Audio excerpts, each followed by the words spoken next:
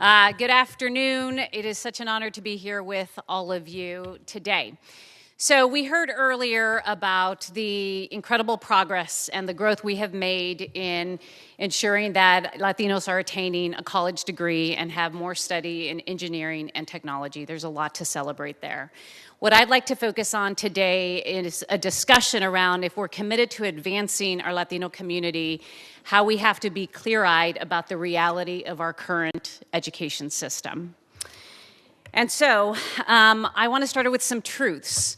The truth is that we lost 2 decades of educational progress with the disruption of the pandemic over the course of 3 years.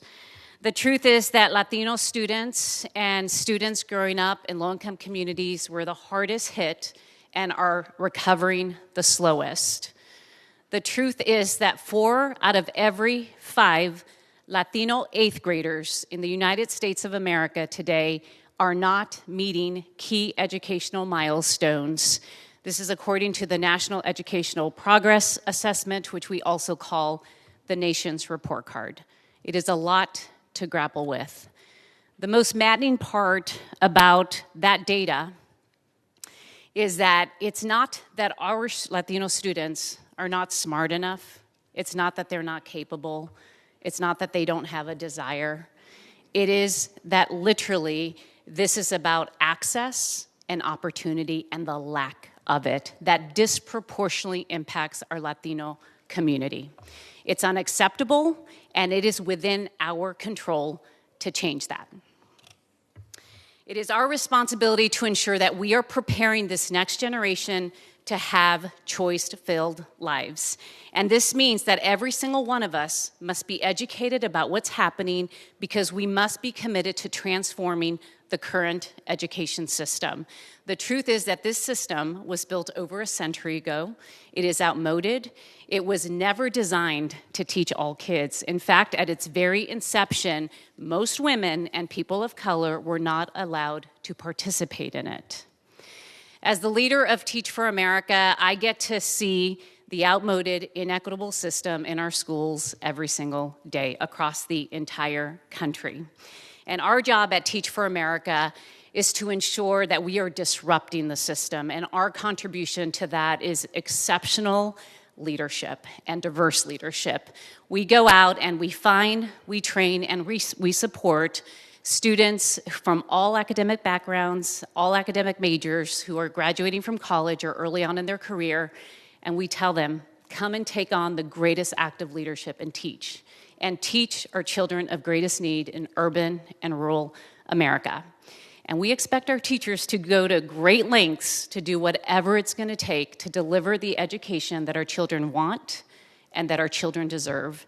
And that sets them off on a lifetime commitment to working towards educational excellence and equity, both inside of education and outside of education. This is a systemic problem. We have to change culture, policy, and practice if we're going to have a different education system. And this is a lifetime commitment. I am a proud 1998 Teach for America Corps member. I thought I was going to be a lawyer. That was the path I was on.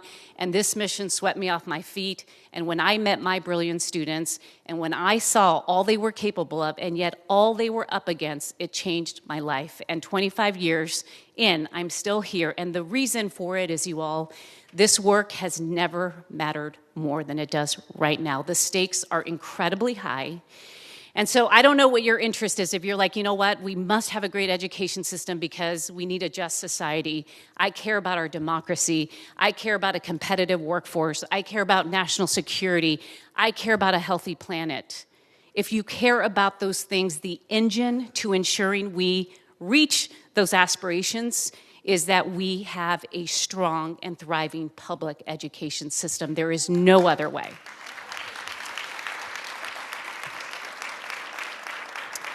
So we have to invest in our students, we have to invest in our educators, and we have to invest in executing on evidence-based solutions and making room for innovation. I want to talk about each one of those briefly. So first, our students. Our students are not well. They are not well academically. They are not well mentally. I hit on the academics.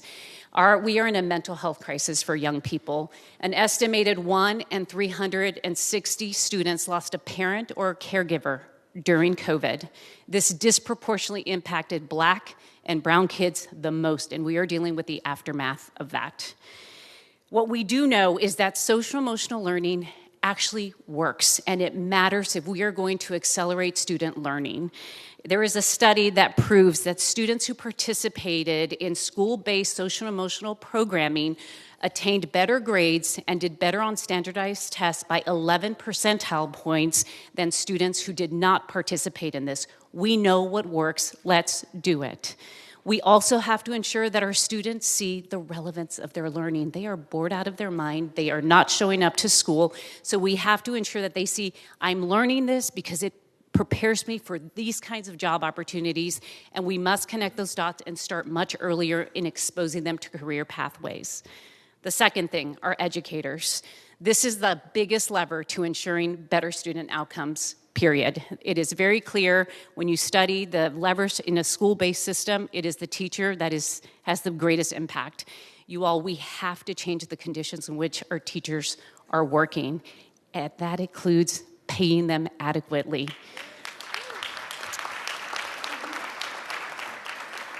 What is true today is 50% of teachers have to work a second job just to make ends meet, and that should be a showstopper for every single one of us. And it's not enough to just engage more teachers. We have to have a diverse workforce. Today, 28% of Latinos make up the public education system, yet we only have 9% of teachers who are Latino. And we all know that we cannot be what we cannot see, and there is a growing body of research and evidence that shows it matters that students have teachers who look like them, who share their background and their ethnicity and their race. So we've got to be committed to this. I am proud to say that at Teach for America, 23% of our teachers are Latino and 30% are Black. And then finally, evidence-based solutions and innovation.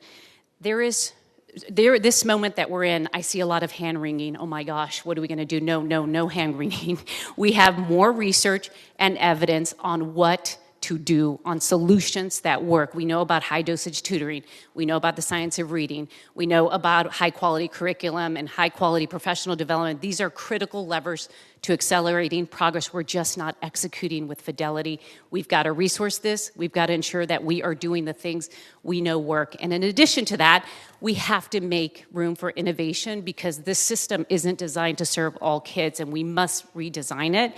And so let's make room for that. At TFA, we started an R&D arm in 2019, and we call it the Reinvention Lab. And its mandate is to advance this question about the future of learning and how we can contribute. And we do that with cutting-edge programs. As an example, we run hackathons, and the goal of this is to democratize AI. We train teachers to get into the technology, to not just be consumers of this technology, but to be shaping it so that they can be part of it and they can equip their students to also be part of it. Let's not create more inequity by not bringing our students and educators along. And finally, we do things like have incredible corporate partnerships like Cognizant, which is an IT services company. And essentially, this company is committed to ensuring that all students have access to computer science. And so they run a fellowship, and they equip our teachers to ensure that they can do just that. So as an example, I learned about this teacher, Marcos Perez Ordonez from San Benito, Texas, which is in my hometown near the Rio Grande Valley. Yes. So Marcos joined this fellowship. So before 2020, there was never a computer science course offered in San Benito, Texas. In fact, in 50% of the school systems in America. And the closest option that kids had if they were interested in programming was a training program that, helped them become computer technicians. And so what Marcos did is he launched this advanced placement computer science principles course, and all the students he served were 100% Latino, 100% from low-income household homes, and they were just enthralled by this. They did not know where technology came from. By the end of the course, they were applying these concepts to all of their coursework. And the most beautiful thing is that they realized what they were missing out on. They demanded a robotics course, they got a robotics course, and they are off to the races. We need more of this kind of innovation to ensure that our children are getting access and to all the opportunities so they can be competitive in our communities and for the future. So here's what I'll end by saying.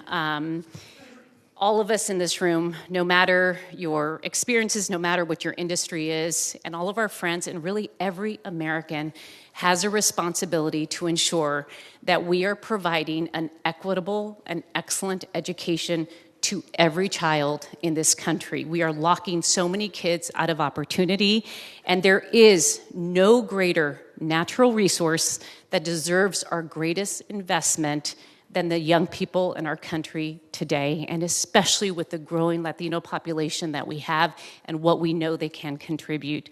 So thank you for all you do, and thank you for your commitment to ensuring the American dream can really reach every child in our country. Thank you.